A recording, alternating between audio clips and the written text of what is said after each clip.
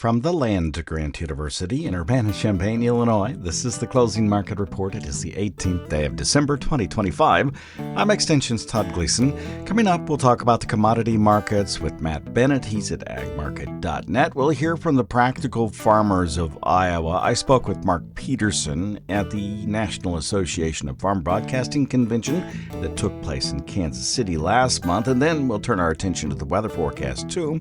Mike Tannura will have an update on weather in Brazil, how it's changed over the last month from concerning dry conditions to really wet conditions, and what that means going forward. And we'll do all of that right here on this Thursday edition of the Closing Market Report from Illinois Public Media. It is public radio for the farming world, online, on demand at WILLAG.org. Todd Gleason services are made available to WILL by University of Illinois Extension. Matt Bennett now joins us from agmarket.net to take a look at the marketplace. Hi, Matt. Thanks for being with us today. Yeah, thanks for having me. Well, let's start with what has been a market that's been trending lower since around the Thanksgiving timeframe. Can you tell me a little bit about how you've seen this progress and what the issues might be and what your hopes are for the new year? Yeah, I mean, I assume you're talking soybeans. So, beans just haven't had any luck whatsoever. I mean, yes, you get a trade deal, and say, hey, we're gonna go ahead and buy or sell a bunch of beans to China, and it got the market a little excited. But then, you get in here, and there were some dry pockets in Brazil for a while. But I mean, overall, well, I'll tell you what, their weather looks fantastic. I mean, most of your crop estimates right now are anywhere from 170 to 180. So there's some awfully lofty estimates as far as how big this crop's going to get.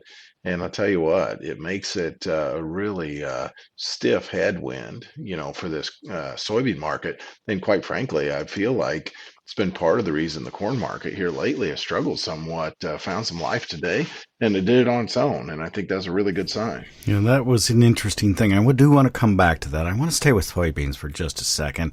It may just be me, but I look forward into the fall of 2026.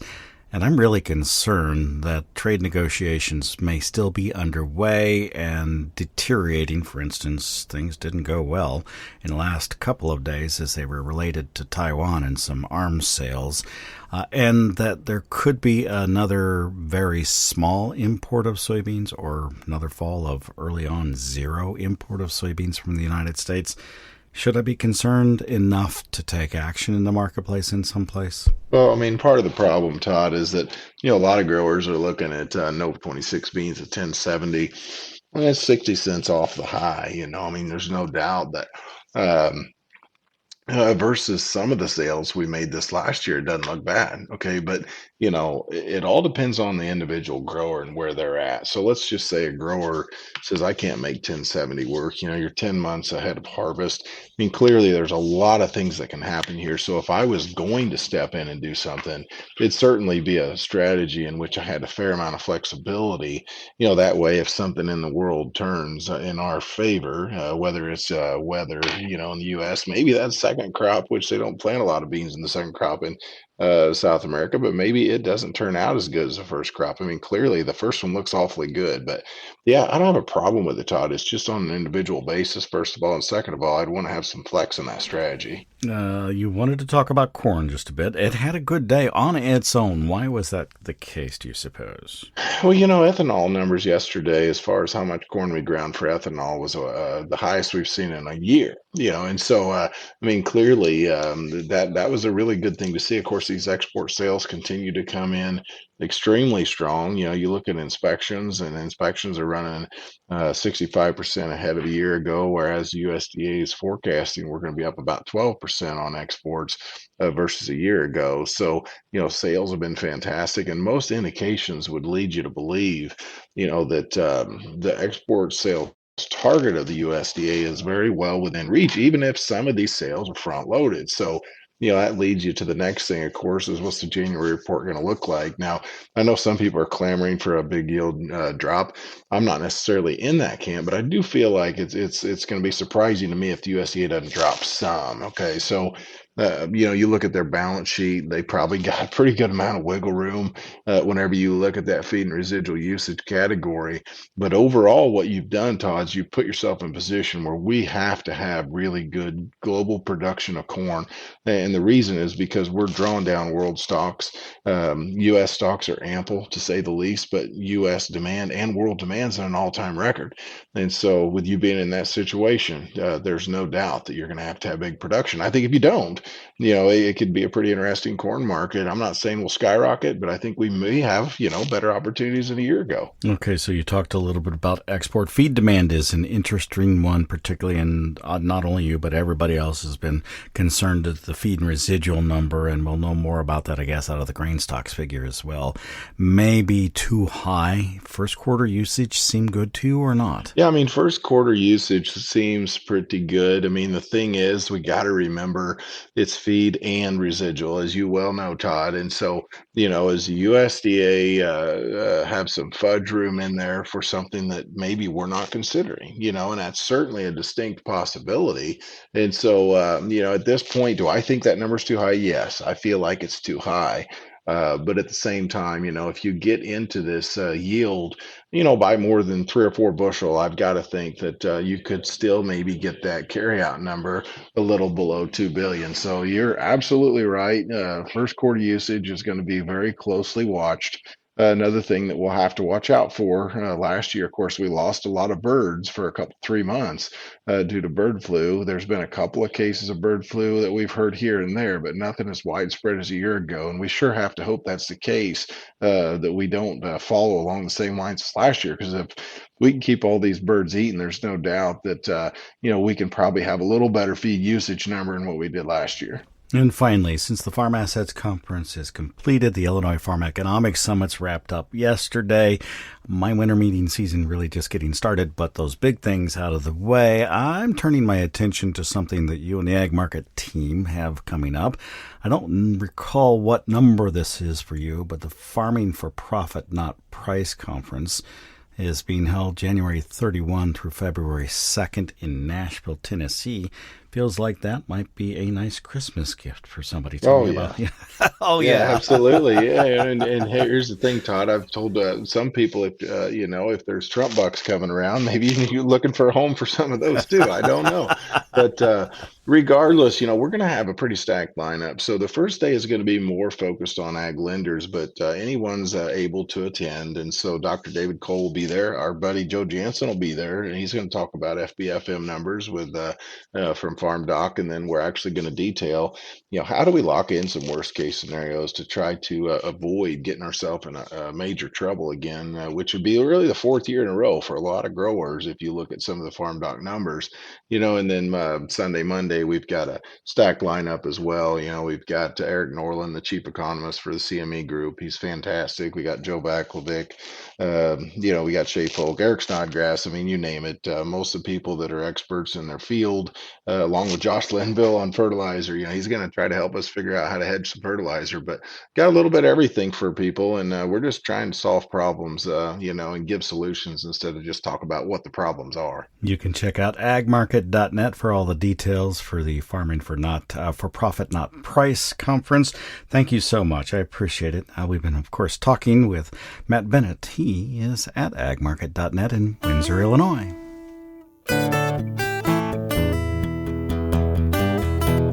Over the past couple of weeks, we've been listening to interviews I conducted during the National Association of Farm Broadcasting convention that took place in the month of November in Kansas City. Today, we'll hear another one of those interviews. I spoke with Mark Peterson last year at this same convention. He's a member of the Practical Farmers of Iowa and from Stanton in the southwest corner of that state.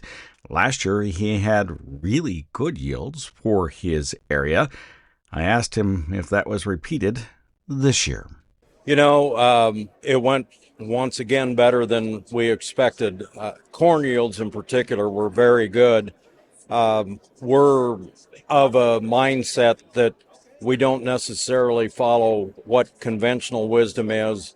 My nitrogen program is 100 pounds of liquid prior to planting, and then I'm not real proud of it, but right now 50 pounds broadcast pre-tassel, so 150 total pounds, and not all of it was this good, but the best corn that we had was 228 across the scale. So it's not record-breaking yields, but based on what we feel is what we want to use for inputs to be environmentally friendly, I'm very happy with how things went. Now, we did have the corn diseases very strong in our part of the world. I did choose to use fungicide this year. Don't every year, but this year I did.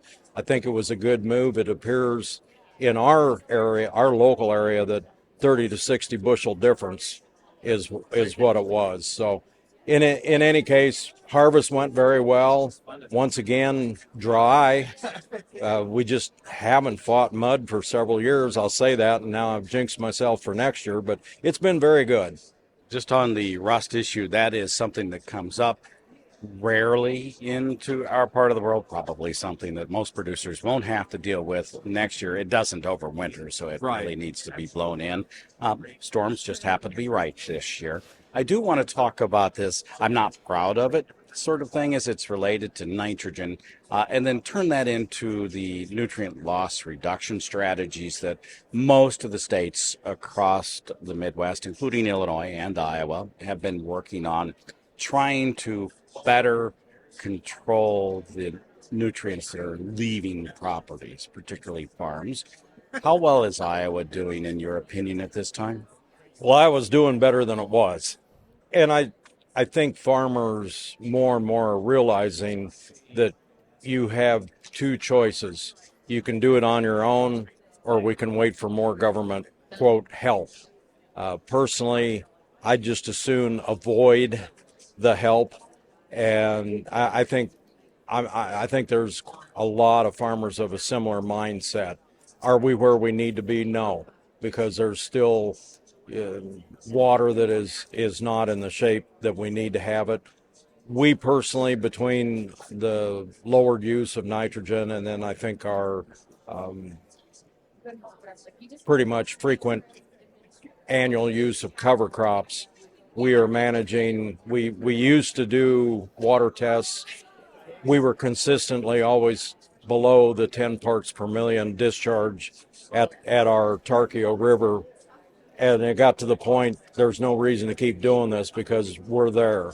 And it can be done, and you can do it and be financially rewarding. You may not be able to go sit at the head table at the coffee shop and brag about having the highest yield in the county, but economically it works out really well. And with these tough times, it's something to think about.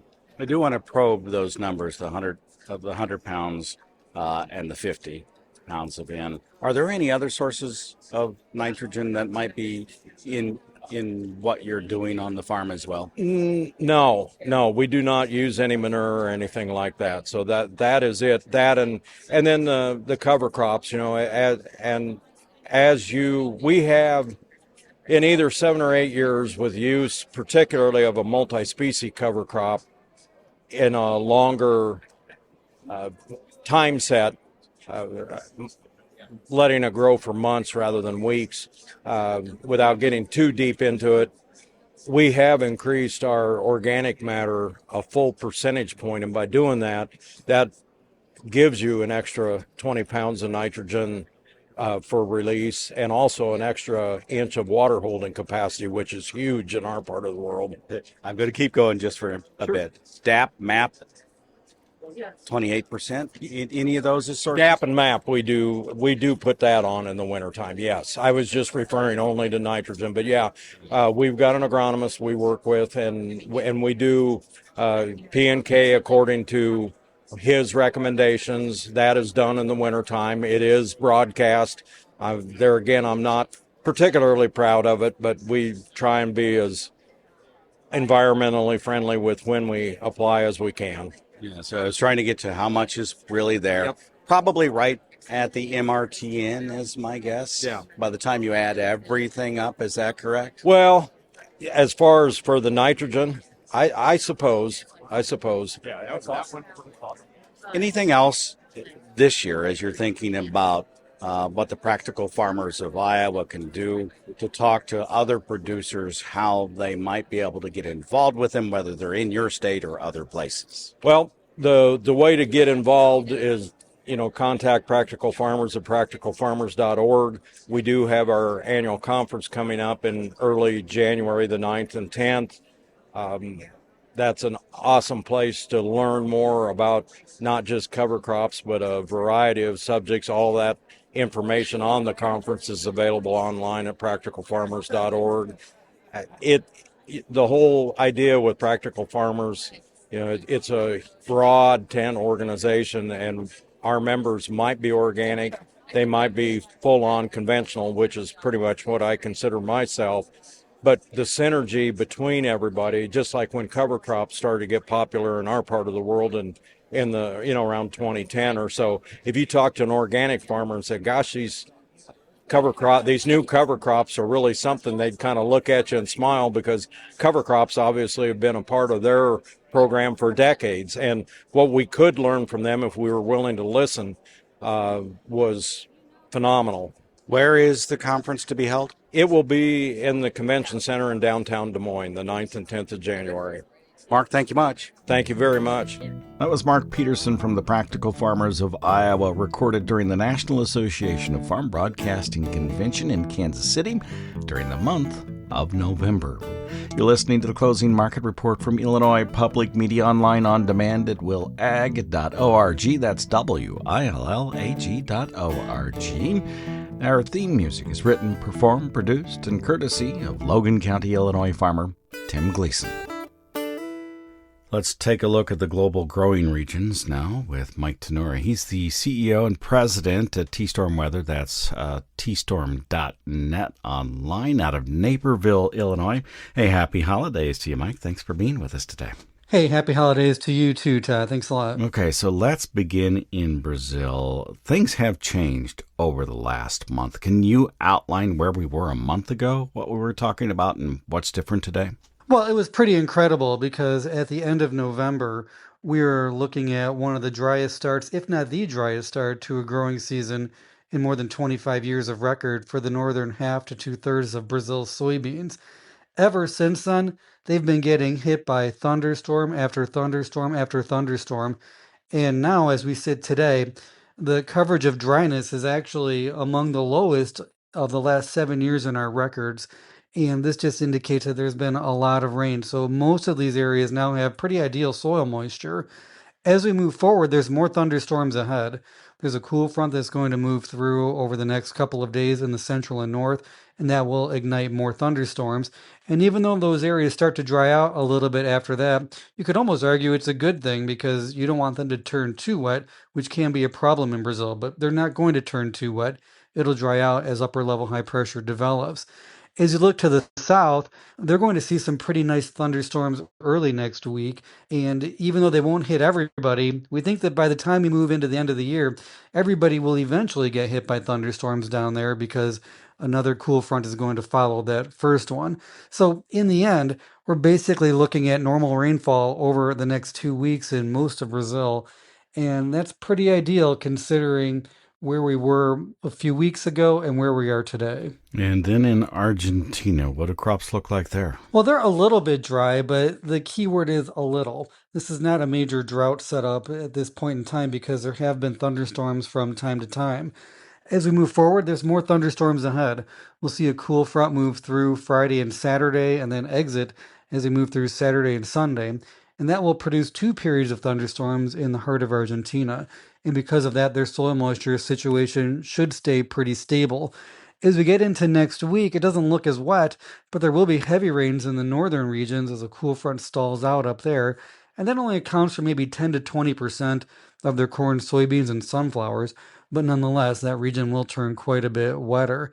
As they move into the very end of the year and even into next year, there are more cool fronts out there. So we think that in the end, the Argentina story is going to be pretty quiet with some thunderstorms around over the next 2 weeks. Turn your attention to the United States, the growing regions for winter wheat, livestock areas, and, of course, just the holiday week next week. Well, absolutely. I mean, this might be a little bit surprising to listeners in the Illinois region, but it's been really, really mild as you move off to the west.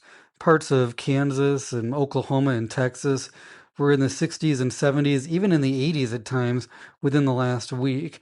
It's going to stay very mild there over the next 3 to 4 days, but then things are really going to get mild once we hit Monday.